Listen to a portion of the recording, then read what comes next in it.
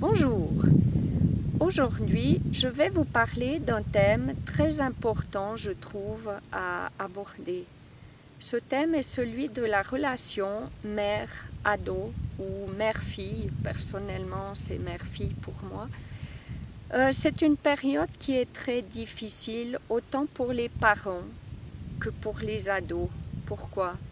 Parce que l'adolescence est une période que vit le jeune.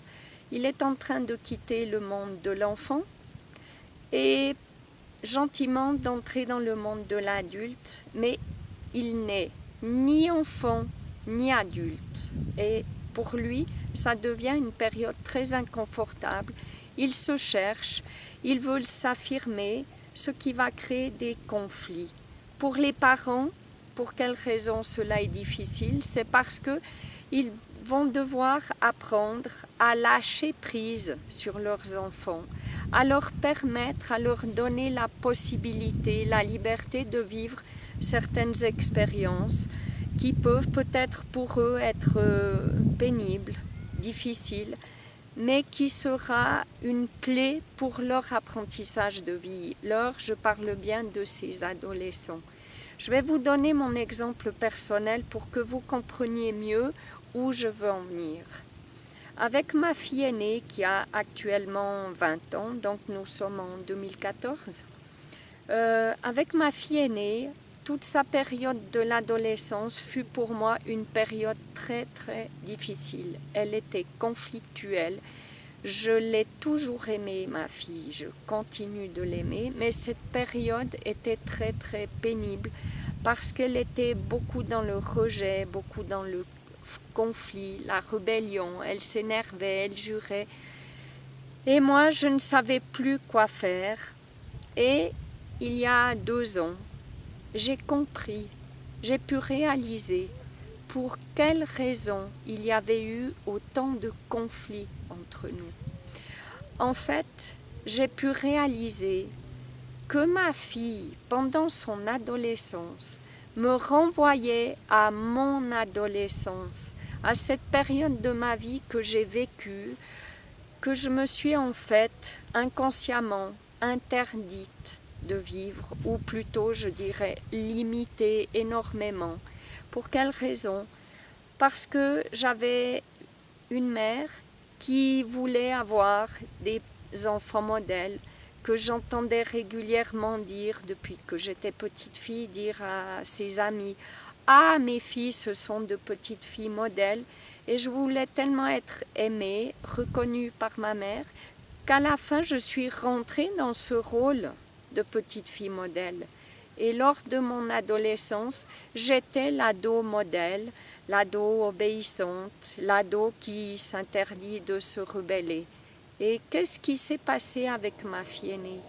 Eh bien, tout simplement, elle me renvoyait à cette période de ma vie que je m'étais interdite, limitée. Et pour moi, inconsciemment, c'était beaucoup plus facile de la faire entrer dans le moule qui m'avait correspondu, plutôt que de la laisser, de lui permettre de vivre son adolescence comme elle le voulait, mais heureusement pour elle, et ça je la félicite encore maintenant, elle a toujours eu cette volonté, cette force intérieure d'oser s'affirmer, d'oser s'exprimer, d'oser montrer qui elle était, même si pour moi c'était difficile. Et je réalise maintenant qu'en l'ayant permise, qu'en lui ayant permis de vivre son adolescence, parce que des moments elle faisait des choses qui étaient en désaccord avec mes valeurs, mais je l'observais avec beaucoup d'amour, avec beaucoup de tendresse, jusqu'à un jour où elle vint vers moi et me dit: maman, je veux te remercier. Et là je lui dis: mais de quoi veux-tu me remercier? Je veux te remercier de m'avoir permis de vivre ce que j'avais à vivre. Et son message m'a énormément touchée. Donc à vous tous, parents, pour vous, dont la relation avec vos enfants ados est difficile, conflictuelle, je vous invite à repenser à votre période d'adolescence et à revisiter ce que vous aviez vécu, ce que vous aviez ressenti dans cette période de votre vie et qu'est-ce que votre ado, que ce soit une fille ou un garçon, qu'est-ce qu'il vous renvoie? Quel message a-t-elle envie de vous donner? Me concernant, j'ai pu prendre conscience que ma fille me disait « Maman, éclate-toi, vis ta vie ». Et grâce en particulier, bien sûr grâce à d'autres personnes aussi, mais vraiment grâce à elle et je la remercie, j'ai pu lâcher beaucoup, même complètement la rigidité dans laquelle je m'étais construite.